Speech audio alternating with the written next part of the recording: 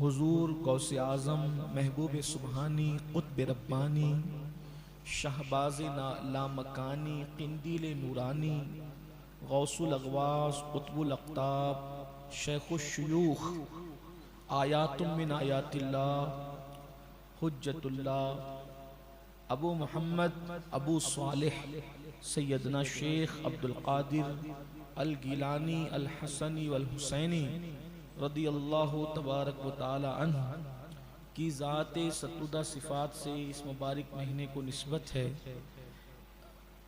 इस महीने की 11 तारीख को रबीउल आखिर की 11 तारीख को सरकार गौस पाक ने विसाल फरमाया और एक रिवायत के मुताबिक 17 रबीउल आखिर को। बहरहाल हमारा सिलसिला जो हमारे मशाइख मारेरा का जो इस मामले में मौक़िफ़ है वो ये है कि 11 रबीउल आखिर को सरकार गौसियत माप का विसाल हुआ। और भी अक़वाल मिलते हैं लेकिन हमारे बुज़ुर्गों ने अपने शजरों में इसको 11 तारीख रखा, इसीलिए आपको 11वीं वाला पीर भी कहते हैं। तो चूँकि महीना गौस पाक का चल रहा है तो इसमें वली की पहचान क्या है। आमतौर पर मेआर विलायत शोबदेबाजी,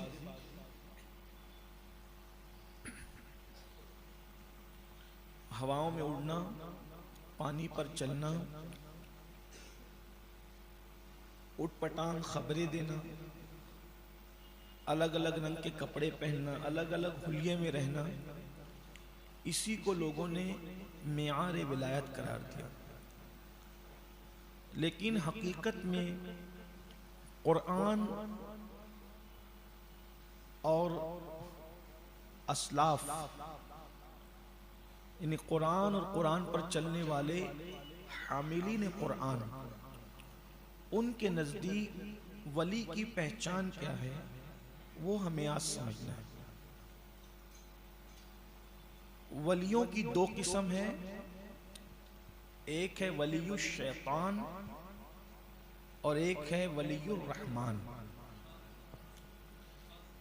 कुरान में यकीनन वलियों की मुज़म्मत आई है, उसके हम मुनकिर नहीं है।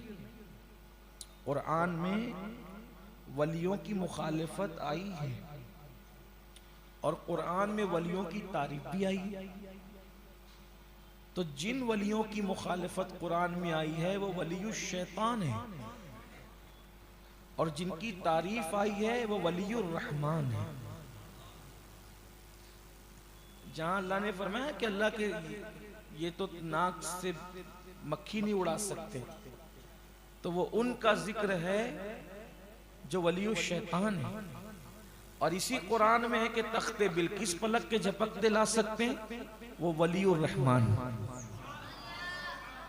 अब जो इस तकसीम को नहीं समझते वो एक ही लकड़ी से सबको हकालते, सबको हाँक रहे हैं। वो देखो कुरान ही में है कि नाक से मक्खी नहीं हटा सकते और कुरान ही में है कि पलक के झपकते तख्त ला सकते हैं। तो तकसीम हुई तो बात समझ में आई ना कि वलियुर रहमान क्या है, वलियुश शैतान क्या है। तो हम लोग तो वलियुश शैतान को मानते नहीं, चूंकि हम शैतान को भी उससे प्यार नहीं करते तो उसके औलिया से क्यों प्यार करेंगे, तागूत से क्यों प्यार करेंगे। तो हम लोग तो रहमान से प्यार करते हैं, इसलिए हम रहमान के औलिया से भी प्यार करते हैं। अब उनकी पहचान क्या है, अगर तमहीद लंबी चौड़ी होगी तो बात पूरी नहीं हो पाएगी। तो मैं कुछ आयात कुरान ने वलियों की 10 निशानी पेश की। सूरह यूनुस से भी उसको पढ़ेंगे, वो एक अलग है, और सूरतुल फुरकान से भी कुछ निशानी आपके सामने पेश करें। वली की पहचान खुद कुरान बयान करता है, व इबादुर रहमानिल्लज़ीना यमशूना अलल अर्दि हौना व इज़ा खातबहुमुल जाहिलूना क़ालू सलामा वल्लज़ीना यबीतूना लिरब्बिहिम सुज्जदन व क़ियामा। फिर अब आखिरी रुकू तक के एक के बाद एक के बाद एक के बाद सारी अब वली की पहचान आ रही। देखो मैंने वलीउर रहमान कहा, कुरान अब उसको बयान कर रहा है। और रहमान के वो बंदे,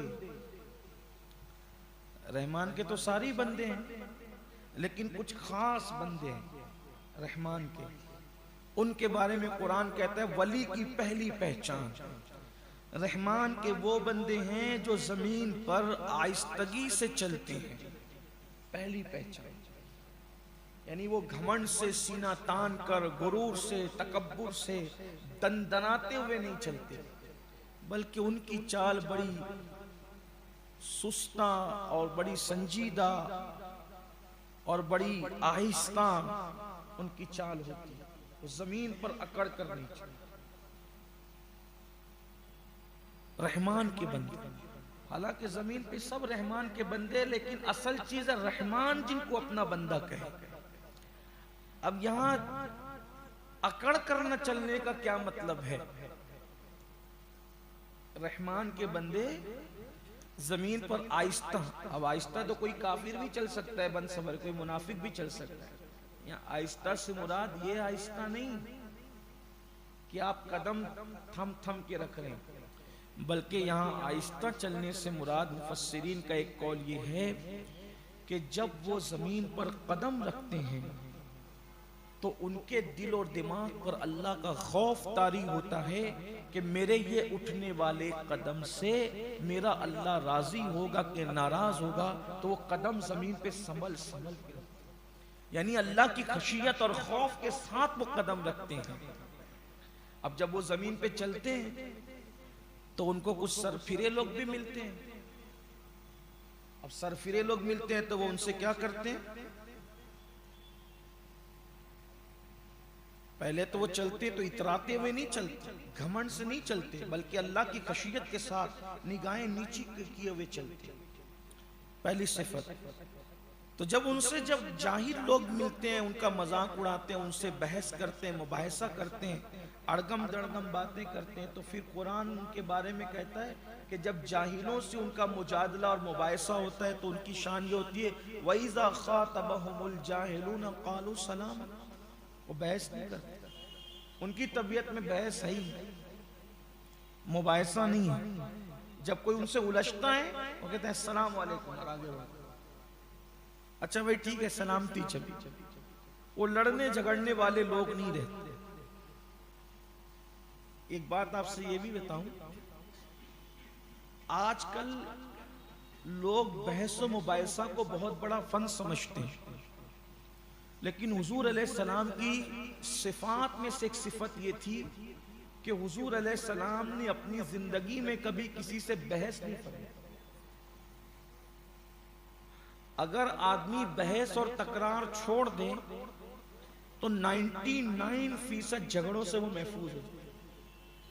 और रहमान के बंदों की शान ये, देखो अल्लाह उनको अपना बंदा कह रहा है। और बहस से बचने का आसान तरीका आपको बताऊं, जब भी कोई आपसे किसी मामले में बहस करे तो आप कहें कि हाँ ठीक है आप सही कह रहे हैं। जब आप कह रहे हैं आप सही कह रहे हैं, बहस खत्म हो जाए। एक मुफक्किर कहते हैं कि उन्होंने कुछ अपने दोस्तों से कहा कि वे मुझसे कोई बहस करता है तो मैं बहस नहीं करता, बल्कि मैं ये कह करके खत्म करता हूं कि आप सही कह रहे हैं। तो उसमें एक दोस्त ने कहा नहीं नहीं, लेकिन आपको तो उनको समझाना चाहिए। तो कहा कि उनको समझाऊंगा तो फिर वो बहस करेंगे, नहीं नहीं लेकिन आपको तो बोलना चाहिए। कहा नहीं आप सही कह रहे हैं। क्योंकि अब वो नए बहस का आगाज कर रहे थे तो उन्होंने कहा नहीं ठीक है आप सही कह रहे हैं। ये इतनी अच्छी सिफत है, आप सही कह रहे हैं, आदमी बच जाता। जो बहस करेगा उसकी इज्जत खतरे में होती। हमने हमेशा बहस करने वालों को देखा है, बहस करने वाला आदमी हमेशा जिल्लत की तरफ जाता, बहस नहीं करता। और वलियों की पहचान ये है, बहस नहीं करता। बल्कि वलियों की तो एक शान ये भी है, जो अभी इसके ज़िमन में बातें आएगी, वो बोलते भी बहुत कम बोलना इबादत की जान में से। जो जितना कम बोलेगा वो उतना मुअज़्ज़ज़ रहे। बल्कि सूफिया फरमाते हैं विलायत के जीनों में से पहला जीना है कम खाना, कम सोना, कम बोलना। पहले नंबर पे कम खाना। कम खाएगा तो खुद ही कम सोएगा, और जब कम खाएगा और कम सोएगा तो ज्यादा बकबक नहीं करेगा। आप देखिए कि रोजा जब हमारा होता है तो रोजे में ज्यादा बात करने को दिल नहीं चाहता। आप गौर करना कभी भी गौर करें। लेकिन अगर किसी ने सहरी में 4 पराठे खाए हो, 2-4 केले भी खाए हो, फिर पाव भर दूध भी पिया हो, फिर 1 कटोरा दूधी भी पी ली हो, तो फिर उसने तो फिर बोलना ही। लेकिन अगर बंदा कम खाएगा तो विलायत का पहला ज़िक्र। हज़रत दाऊद अलैहिस्सलाम की मुलाकात एक मर्तबा शैतान से हुई, तो दाऊद अलैहिस्सलाम ने कहा, ओ शैतान, ओ मरदूद, लानती, तू सबको बहकाता है, क्या कभी तू भी मेरे पास आया, मुझसे कभी खुश हुआ? मैं तो तुझे हमेशा हराता ही रहा, शिकस्त ही देता। कहा मुझसे खुश हुआ कभी? कहाँ? कब?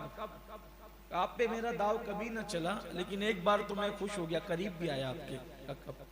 एक बार आपने पेट भर के रात को खाना खाया था, पेट भर के जब खा लिया तो फिर मैंने आपको इबादत न करनी थी। दाऊद अलैहिस्सलाम ने कहा, अल्लाह की कसम आज के बाद कभी पेट भर नहीं खाऊंगा। तो उसने कहा, अल्लाह की कसम आज के बाद किसी को सही बात नहीं बताऊंगा।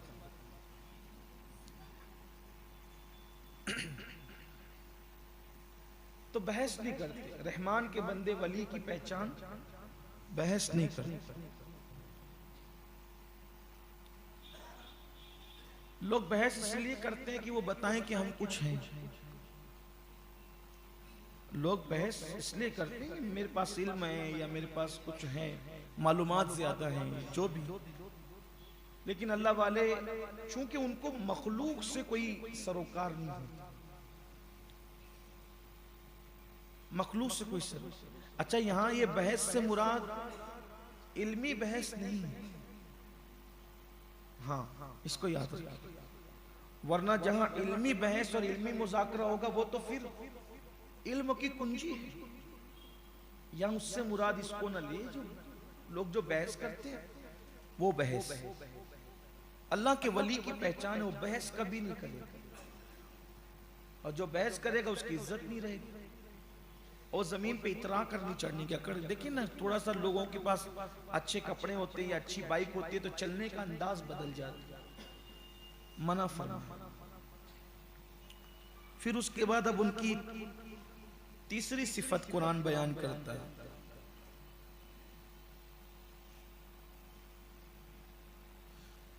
तीसरी सिफत उनकी ये है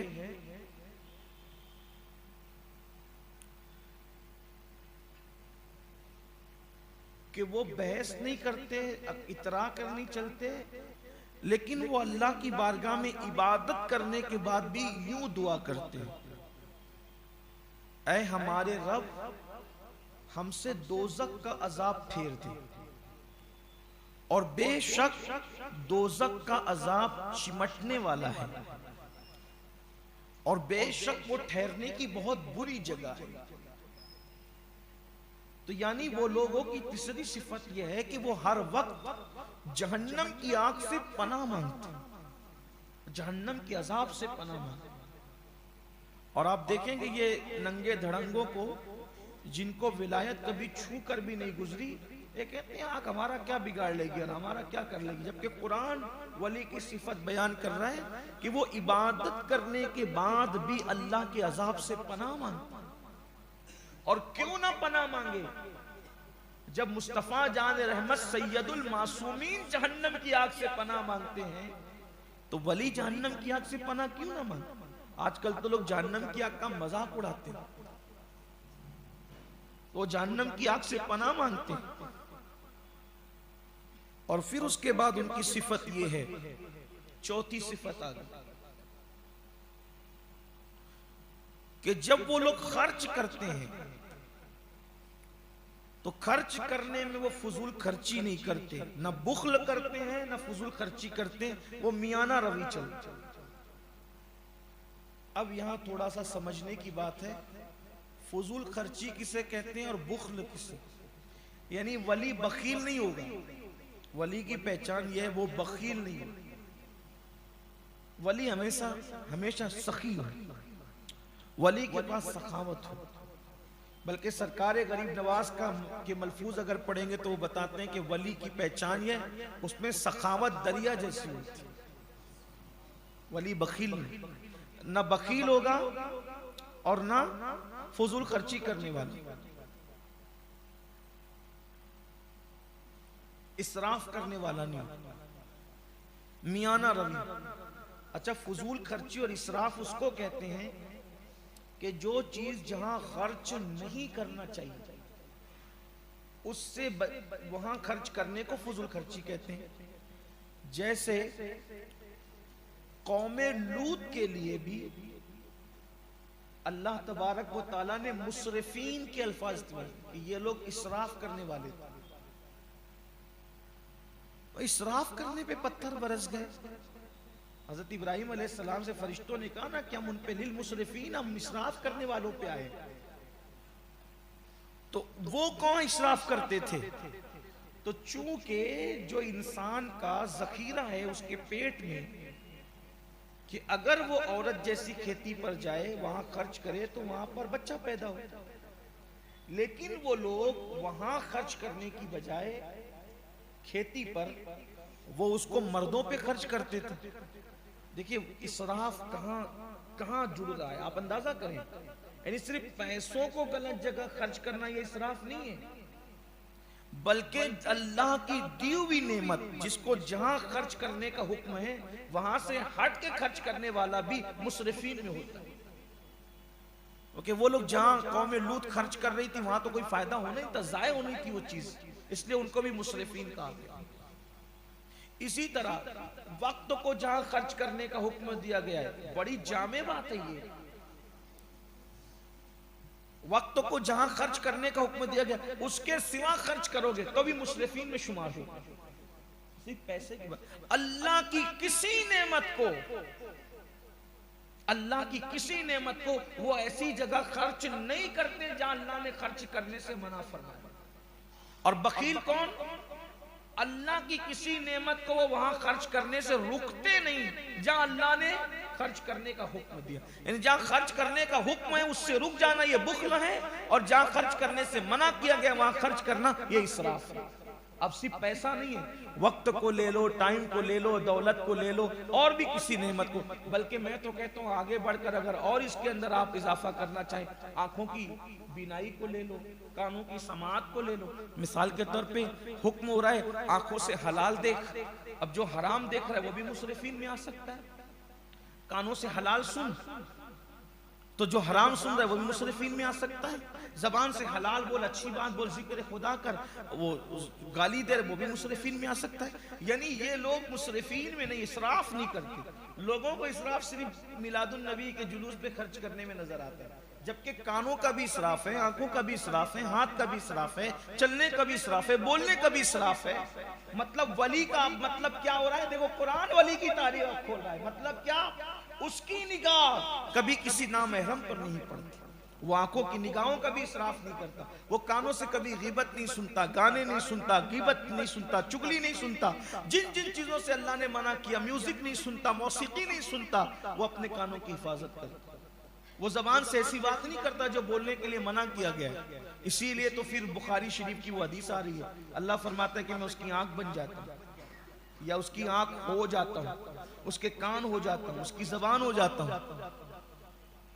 ये शान फिर वली की हो जाती है। तो अल्लाह के वली की पहचान कुरान की रोशनी हुई है कि वो मुसरिफ नहीं होता, यानी इसराफ नहीं करता। अब यहां से कुछ लोगों का ये भी ख्याल गुजरता है कि जब वो इसराफ नहीं करता तो इसका मतलब ये है कि वो अच्छे कपड़े भी नहीं पहनता होगा, वो अच्छे जूते भी नहीं पहनता होगा, वो अच्छे खाने भी नहीं खाता होगा। यही तो कम इल्मी का नतीजा है। इसराफ कहते हैं उसको जहां खुदा ने खर्च करने से मना किया। अब वो लोग उसको लिबास में ले आते हैं, खाने पीने में ले आते हैं, इस्लाम में अच्छा खाना, अच्छा पीना, अच्छे जूते पहनना, अच्छे से रहना ये मना नहीं है। बल्कि जब अल्लाह तबारक व ताला ने सहाबा किराम को, जो कि मुत्तकी थे, सहाबा के तकवे पर कुरान शाहिद है, सहाबा की परहेजगारी पर अहादीस रसूल शाहिद है, लेकिन जब फुतुहात का दौर आया और कसरत से फुतुहात हुई तो फिर सहाबा किराम ने भी अच्छे अच्छे खाने खाए, अच्छा अच्छा लिबास पहना। कुशादगी का दौर आया तो मुकम्मल तौर पर वो लोग भी बड़ी शान और शौकत के साथ उन्होंने जिंदगियां गुजारी। ये जो लोग पहले दौर की रिवायतें लेकर के कहते हैं कि वो तो पेट पे पत्थर ही बांधते थे, पेवन ही पहनते थे और फिर बाद की कुशादगी का जिक्र नहीं करते, ये बड़ी खयानत करते हैं। आइए इस सिलसिले में इमाम नसाई की सुनन से एक रिवायत है, हजरत सैयदना अब्दुल्ला इब्ने मसऊद रदी अल्लाह तबारक व तआला फरमाते हैं कि मैंने अल्लाह के रसूल अलैहिस्सलाम से अर्ज किया कि या रसूल अल्लाह सल्लल्लाहु अलैहि वसल्लम, आपने फरमाया कि जिसके दिल में जर्रा बराबर तकब्बुर और घमंड होगा वो जन्नत में नहीं जाएगा। अब यहां से सुनना कि अच्छे कपड़े और अच्छे खानों का ताल्लुक तकवा के खिलाफ से नहीं है, तकब्बुर और घमंड से नहीं है। इब्ने मसूद वो सहाबी है, मेरे आका अलैहिस्सलाम फरमाते हैं दीन के मामले में अब्दुल्ला इब्ने मसूद जो पसंद कर लेगा वही मुझे भी पसंद है। तो अब्दुल्ला इब्ने मसूद कहते हैं मैंने अल्लाह के रसूल अलैहिस्सलाम से अर्ज़ की, या रसूल अल्लाह सल्लल्लाहु अलैहि वसल्लम, के आपने फरमाया कि जिसके दिल में जर्रा बराबर तकब्बुर होगा वो जन्नत में दाखिल नहीं होगा।